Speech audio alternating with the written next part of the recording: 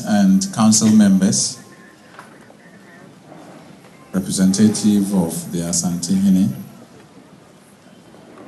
and other traditional leaders here present, the guest speaker, Dr. Michael Ejekum, CEO of Kama Industries, representatives from University of Ghana, representatives from sister private universities, president and staff of Christian Service University College, ladies and gentlemen of the press, our friends from the army, parents, loved ones and family members here present, graduates and students, invited guests, ladies and gentlemen, all protocols observed. On behalf of the trustees and council, and indeed the entire university community, and on my own behalf, I welcome you all to the 35th congregation of the Christian Service University College. Congregations are not mere annual events when we meet to confer degrees on our deserving students, but there are also times of stock taking where we keep our stakeholders and the general public abreast with developments in our university college. One of such new developments you will notice is that there has been a change of leadership at the University Council. I would like to place on record the very good work done by Professor Samuel Hassan Afrane, our immediate past council chairman, and his team for the good transformational leadership that they provided for the university. Under Professor Afrane's leadership, the university saw phenomenal growth, especially in the areas of course or program development and in infrastructural development. Prof, I equal to you and your team. The President's report will give an account of the progress that continues to be made in these areas and the challenges we still face. I think one of the greatest challenges a Christian university such as ours faces is the danger of secularization. During the Senavo Memorial Lectures of 2010, which I was privileged to deliver, I drew attention to this reality. Incidentally, at the time of the lectures, Professor Frane and the college president were traveling to the United States to study how some Christian universities have been able to stay afloat and not sink in the storm of secularism, which seems now to engulf every aspect of our human existence. Now nothing seems to be sacred. Everything is secular, and everything is looked at from the secular standpoint. I have always maintained that Christianity is not an intellectual suicide. When you become a Christian, it doesn't mean that your faculties of reasoning and so on. Some people say, that's not what Christianity really is.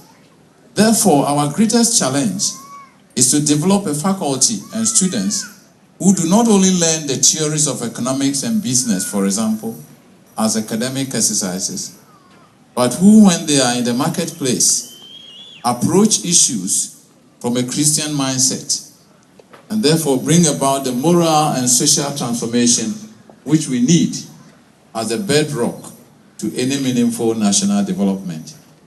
You can train an accountant, he gets a BBA, and yet when he goes out, he starts changing the figures of accounts and try to present a picture which is not true.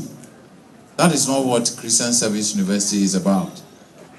Transformation of the mind as well.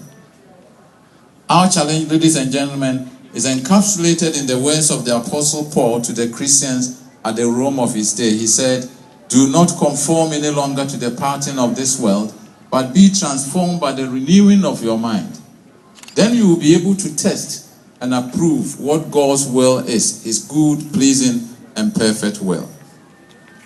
While not abandoning the major infrastructural and other development that have taken place, under my leadership, we shall endeavor to put in place measures that will orient the university in this direction.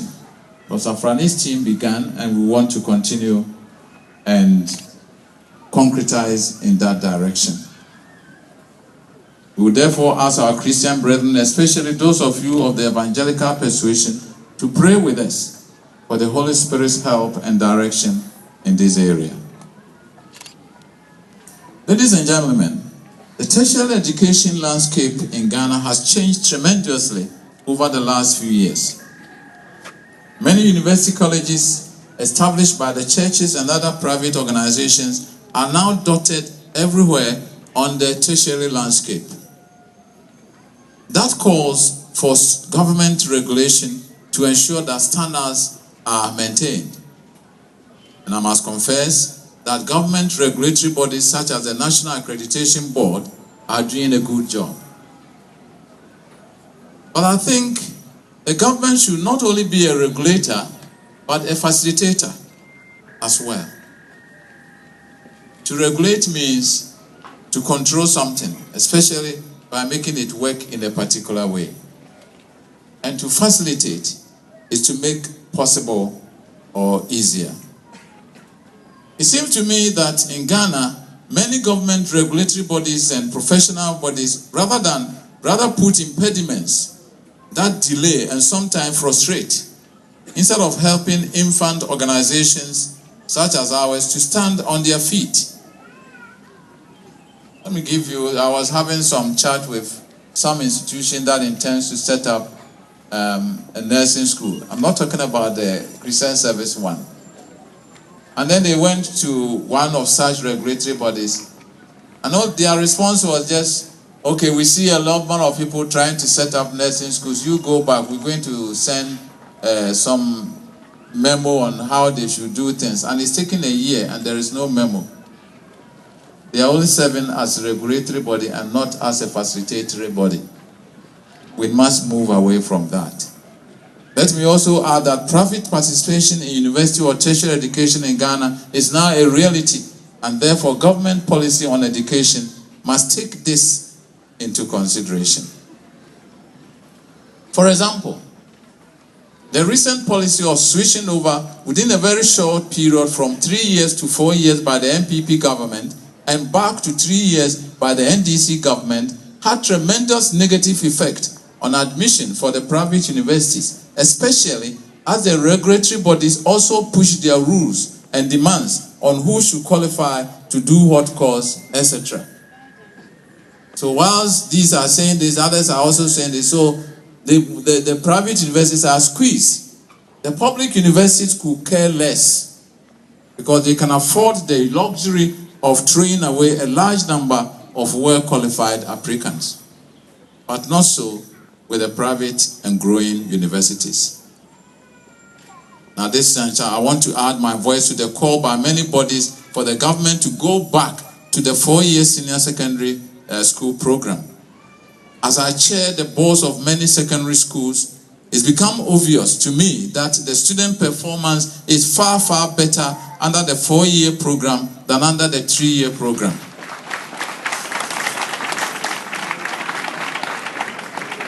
And that will also help the private universities to enroll students with relatively good grades to make our work easier. Our resolve to make Christian Service University College the destination of choice by all who want to have tertiary education in a Christian environment and to prepare them to face the issues of this world from a Christian perspective. We are bent on preparing the full person, intellectually, socially, morally, and in the fear of God. Now to you graduates. University education is a very significant achievement in the life of any individual, especially in the young adults such as many of you are. The challenge is not here, it's out there in the field.